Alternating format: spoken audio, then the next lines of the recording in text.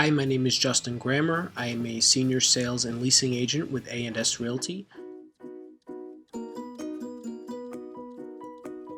So if your business relies on heavy foot traffic, if it's a retail or a restaurant, then obviously you're going to want a first floor space. And if that's the case, then those spaces are going to come at a higher premium. If you don't need that foot traffic, if you're a service-based business or something to that effect, a web-based business, and you just need office space, then I would look at higher floors or areas where you're not going to be paying as high a premium per square foot than you would for that first floor space.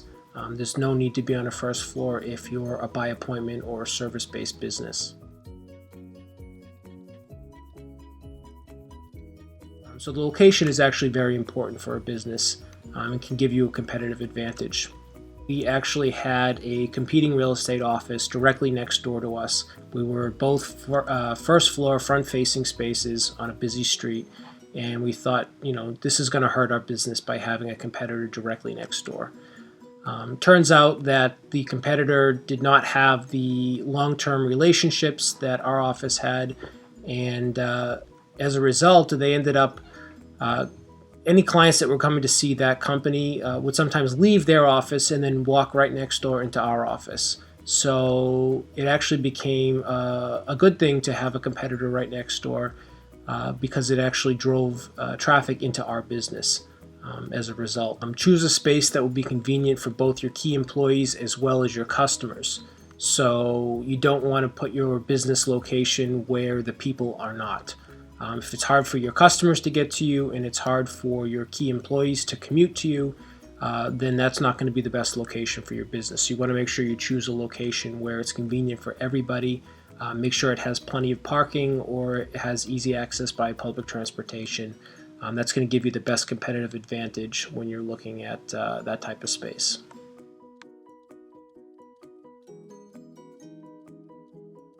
The number one thing to keep in mind is just don't be too optimistic as far as your future growth expansion plans. Try to keep it within reason for what your current needs are. The reality is you shouldn't choose a space that's too large or too expensive than what your current needs are. It's better to choose a space that gives you flexibility should you need to grow. Examples of that would be a short-term lease option. Maybe take a lease that's only 1 year at a time versus committing to 3, 5, or 10 years at a lease that might be too big for you.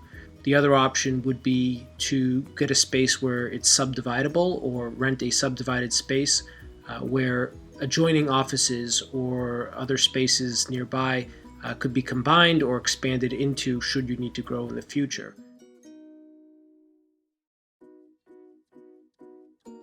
Obviously, signage is important, so things like window graphics, awnings, interactive displays, and TVs that play slideshows or just anything to engage the customer is really important.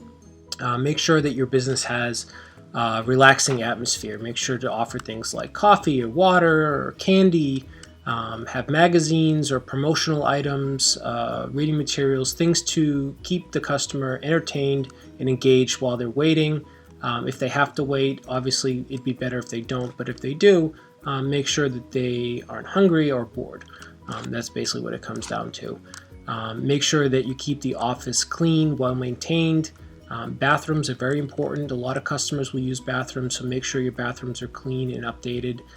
Make sure that your desks are organized. Image is everything is what it comes down to. So you want to make sure you make a good first impression with your customers. Make your business stand for something. An example of this would be going green.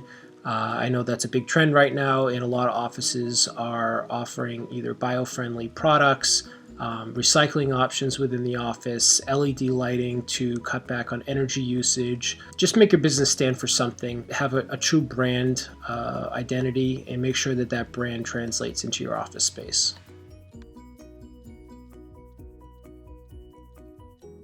Your typical lease will be, at least a commercial lease, your typical lease will be what's called a triple net. And triple net lease means you have a base rent and then you have 3 additional things you have to pay on top of the base rent. Those being taxes, insurance, and CAM fees. CAM standing for Common Area Maintenance Fees. So anytime you're renting in a larger building like a mall or an office building, There's going to be common areas that need to be maintained, things such as elevators and escalators and cleaning of the hallways, things like that.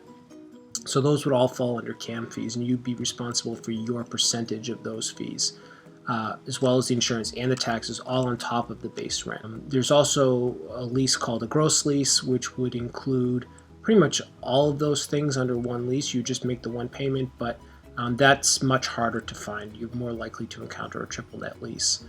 With a lot of commercial leases, or most commercial leases, and I highly recommend that you do this, you're going to have an attorney working for you to help prepare the lease. So the landlord usually will have an attorney, and you'll have your attorney, and the two attorneys will typically fight for you to make sure you're getting the best terms in the lease.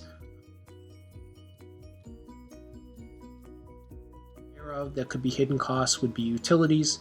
So most times on a commercial lease, you're going to be paying for your utilities. So water, electric, gas, even some leases require you to have a contract with an exterminator as well.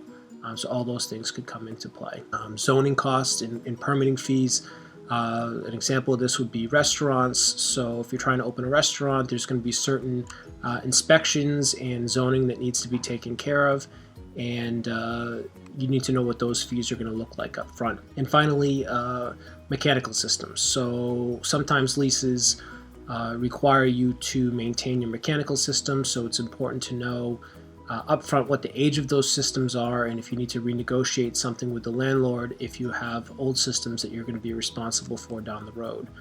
There may not be a cost for this up front, but somewhere down the road, if your air conditioning system breaks, for instance, and the lease says that you're responsible for it, you need to know what those costs are going to be up front. So I would always recommend that you have it inspected and have a good idea as to what you're getting into, just in case you do encounter that down the road.